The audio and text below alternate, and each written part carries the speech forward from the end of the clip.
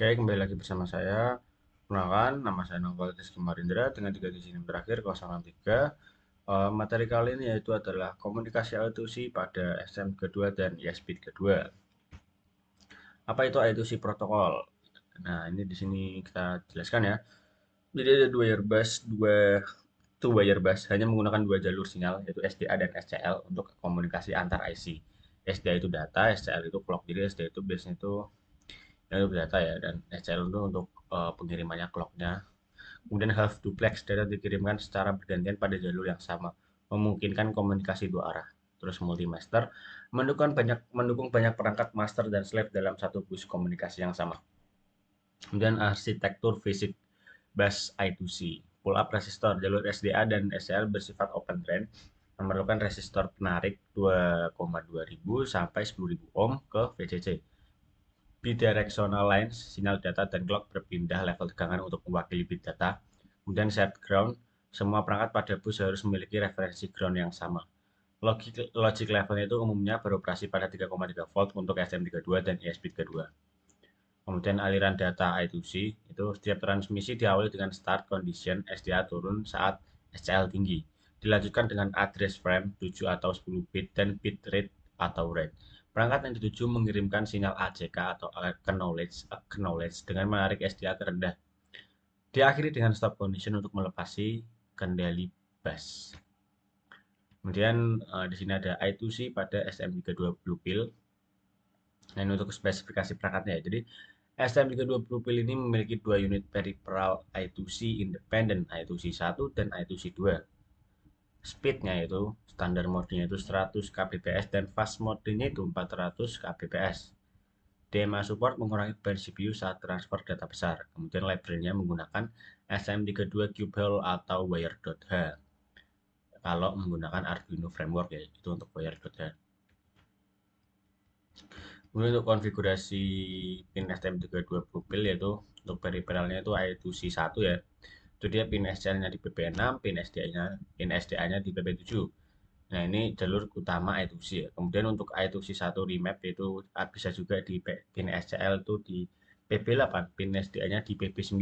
Dapat dipetakan ulang melalui kode. Jadi bisa kita tentukan atau kita konfigurasi atau kita inisialisasi di kode. Jadi misal kita ingin SCL-nya itu PP8 itu bisa kita tinggal tuliskan di kode seperti itu. Kemudian untuk I2C2 itu pin SCL-nya di PP10 dan pin SDA-nya di PP11. Ini untuk peripheral I2C yang kedua ya. Kemudian I2C pada ESP32. Ini dia memiliki fleksibilitas yang tinggi ya. ESP32 memiliki dua controller I2C yang sangat fleksibel dibandingkan mikrokontroller konvensional. Pin mapping ya, hampir semua pin GPIO dapat digunakan sebagai jalur I2C melalui pin max. High speed mendukung hingga 1 MHz tergantung pull up-nya ya. Kemudian dual bus memungkinkan dua bus I2C berjalan secara simultan. Dan untuk konfigurasi default untuk ESP32 ya, jadi untuk SDA-nya itu dia di pin GPIO 21 dengan kodenya itu ya kalau di remap ya ini ya. Ini wire.begin, kemudian dalam kurung custom SDA dan custom SCL. Kemudian untuk sinyalnya itu sinyal SCL, kemudian untuk sinyal SCL itu dia di pin GPIO 22 dengan kebebasan penuh. Jadi kita ini bebas menentukan memilih pin GPIO yang mana selama dia masih di GPIO. Jadi selama dia masih di GPIO itu bisa digunakan sebagai SCL seperti itu.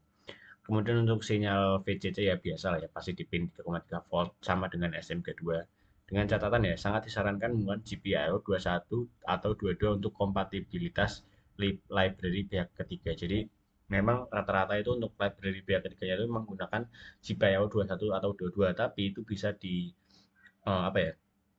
Bisa dibebasin lagi atau dipilih bebas jika library-nya memang bisa diganti. Misal untuk SCL dia di GPIO 22, itu kalau di library-nya dia bisa diganti 23, 24 seperti itu.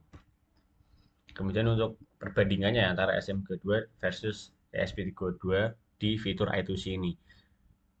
Jadi untuk ESP32 itu kecepatannya untuk I2C ini lebih tinggi ya. Dia 1000 plus KHZ kilohertz. Sedangkan untuk SMG2 ini hanya mencapai 400 kHz. Kemudian untuk fleksibilitasnya itu ESP32 itu pinnya memang dia sangat tinggi ya. Karena dia yang tadi saya bilang dia itu bebas mau dipin mana saja untuk yang SCL bisa di remap lagi. Sedangkan untuk flexibility di STM32 ini terbatas. Dia biasanya hanya ditentukan hanya 2 pin saja sudah ditentukan seperti itu.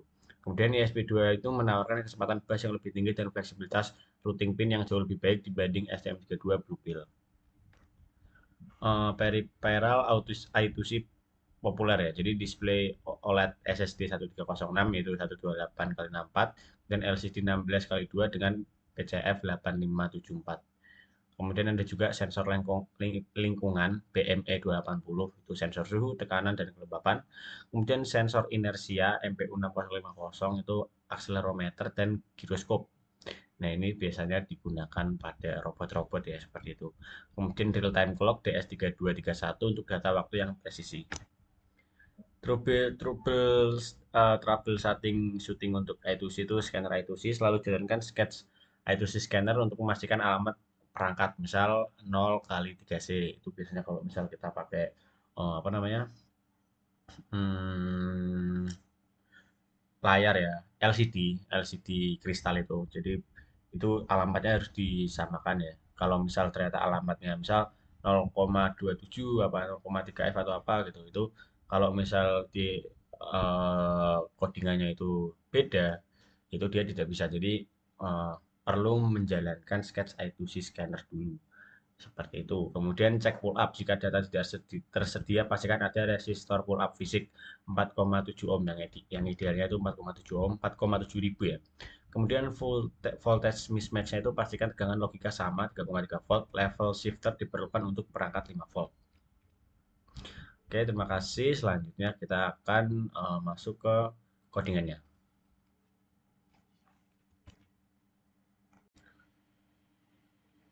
Oke, sekarang kita masuk ke penjelasan codingannya, programnya. Jadi di sini ini yang percobaan satu, bentar. Ini percobaan satu. Oke, jadi di sini tuh program ini digunakan pada SP32 untuk mengendalikan dua LCD I2C berukuran 20 kali 4 secara bersamaan.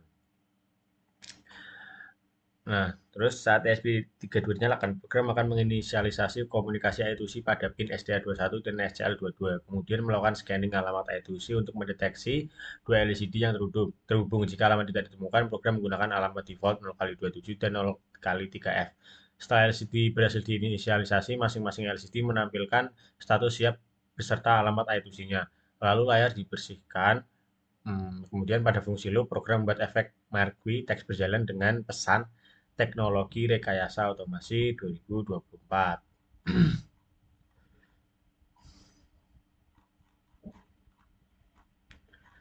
Nah, kemudian yang digeser satu karakter yang jadi tuh tab pesannya itu kan bergeser ya, berjalan. Nah, yang pergeserannya itu satu karakter setiap 250 milisecond menggunakan mekanisme ring buffer sehingga teks dapat bergerak terus-menerus dan berulang tanpa putus. Efek teks berjalan tersebut ditampilkan secara serentak pada baris pertama kedua LCD. Sementara baris lainnya dikosongkan sehingga kedua LCD menampilkan informasi yang sama secara sinkron. Oke, kemudian pada yang percobaan kedua ya, di sini ada ESP32 yang sebagai slave dan nanti STM-nya sebagai master. Oke, di sini saya akan menjelaskan yang slave-nya dulu. Jadi yang program pertama ini kan ESP32 ini dia berfungsi sebagai I2C slave dengan alamat 0x312. ESP32 menggunakan fungsi when receive untuk menerima data yang dikirim oleh STM32 yang menyimpan ke dalam variabel last command sekaligus menambah penghitung jumlah data yang diterima.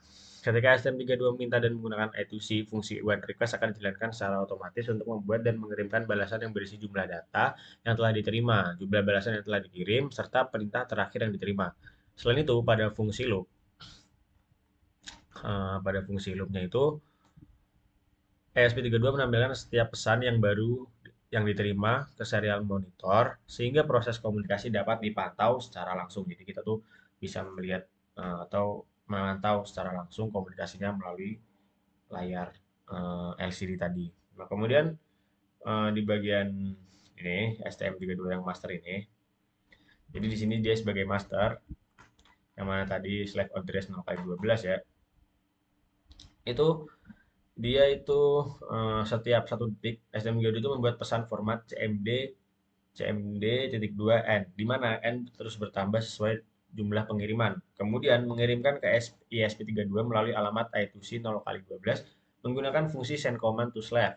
Setelah pengiriman selesai, STM32 meminta balasan dari ISP32 melalui fungsi read response from slave. Sehingga ISP32 mengirimkan informasi status komunikasi yang telah disiapkan pada fungsi one request. Dengan demikian, hubungan kedua program ini adalah membentuk sistem komunikasi dua arah berbasis I2C, di mana STM32 bertindak sebagai pengendali atau master yang mengirim perintah dan meminta data, sedangkan ESP32 bertindak sebagai perangkat yang menerima perintah dan memberikan respons sesuai kondisi komunikasi yang terjadi.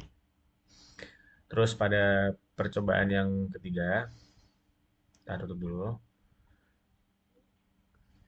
Nah, ini ada dua juga.